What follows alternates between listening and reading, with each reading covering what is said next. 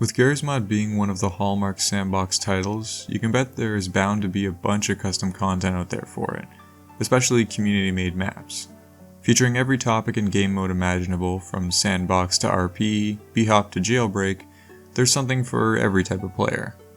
At the time of recording this video, there are almost 40,000 maps posted on the GMOD workshop, and who even knows how many more on other sites like Garry's Mods and Game Banana.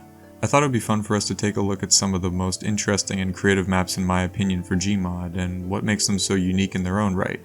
Anyways though, let's get started. Starting off the list with a pretty well-known adventure map, Autumn 2001 by Kosaka Super. This map takes place in the village of Sorai in the early 2000s, where you wake up in the early morning after a night of drinking. Everything seems normal until you start moving around the apartment area and outside. Things seem a bit off. There isn't a single person in sight. And so, the adventure begins. The map doesn't have much of a storyline, so to speak, as it relies more on the player's own curiosity for exploration. The map doesn't caption a lot of what's happening, and I really like this approach. You're left to your own devices for seeing yourself through the mysteries of the level. This is probably one of my favorite quest/adventure maps in all of GMOD for good reason. The PlayStation 1 era art style and graphics are extremely well done and really plays into the creepy source engine thing everyone always refers to. It also reminds me a bit of the Half-Life Paranoia mod, with the whole Soviet-esque Eastern European theme and low-poly design. Definitely both an interesting and creative map. Post-Soviet Yard is an adventure map created by Yermak and Dr. Token, set in an Eastern European apartment block. The map's backstory is that your distant relative called you asking for help after her family was hit with an unspecified tragedy. You venture to her apartment block to see what's going on and hear the full story, and that's where the quest begins. I won't spoil anything, but I will say that the quest is good fun, and there's a number of Easter eggs along the way and are good fun to seek out as well. Much like Autumn 2001, it's one of those maps that really makes great use of spaces, being such small maps but having so much content packed into them. You could totally spend upwards of an hour or so exploring and hunting for pieces of the story, and it's a really fun time.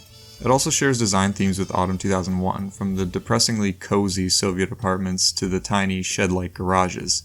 It's a theme that really fits well with the source engine. In my opinion, design-wise, Autumn 2001 is like the gold source map and Post-Soviet Yard is like the source map, but I'm definitely not comparing the two. They are both quite unique and different in their approach. Made and released earlier this year, Places from Your Dreams has grown to be one of my favorite maps. I only recently heard about it despite its popularity.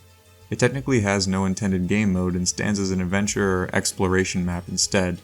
The map consists of a literal ton of rooms that are all connected together, each varying in size, shape, and overall theme. It's pretty obvious to see that the inspiration of this map came from the whole liminal space subgenre.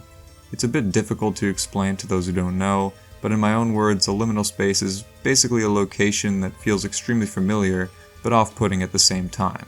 Like something is out of place. I won't go into much more detail about this map, as it truly deserves its own video, which maybe could be a future project of mine. Even though it is an adventure or quest map of any sort, GM Verticality piqued my interest from the moment I laid eyes on it, mainly just because of how different the design was. There isn't a backstory specified by its author other than it's intended to be a sandbox map. Regardless though, the theme is extremely unique, taking place in a crowded city space with a whole lot of, well, verticality. The map features a number of twists, turns, and various interiors to explore, and almost feels like it could have been an extension to the aforementioned Places from Your Dreams map. Just like the other maps on this list too, it makes great use of space in that the map looks large but actually only occupies a pretty small space, all things considered. The only issue I ran into was stuttering just due to the amount of details and content in the map, along with there being no area portals to my knowledge. Regardless though, if your computer can't handle it, it's worth it to even turn down your graphics for a minute just to explore and try to make your way to the top of the map. All these maps are special in their own way, whether it be through story, atmosphere, or even just the overall design. But this isn't all. There are tens of thousands of maps out there to explore.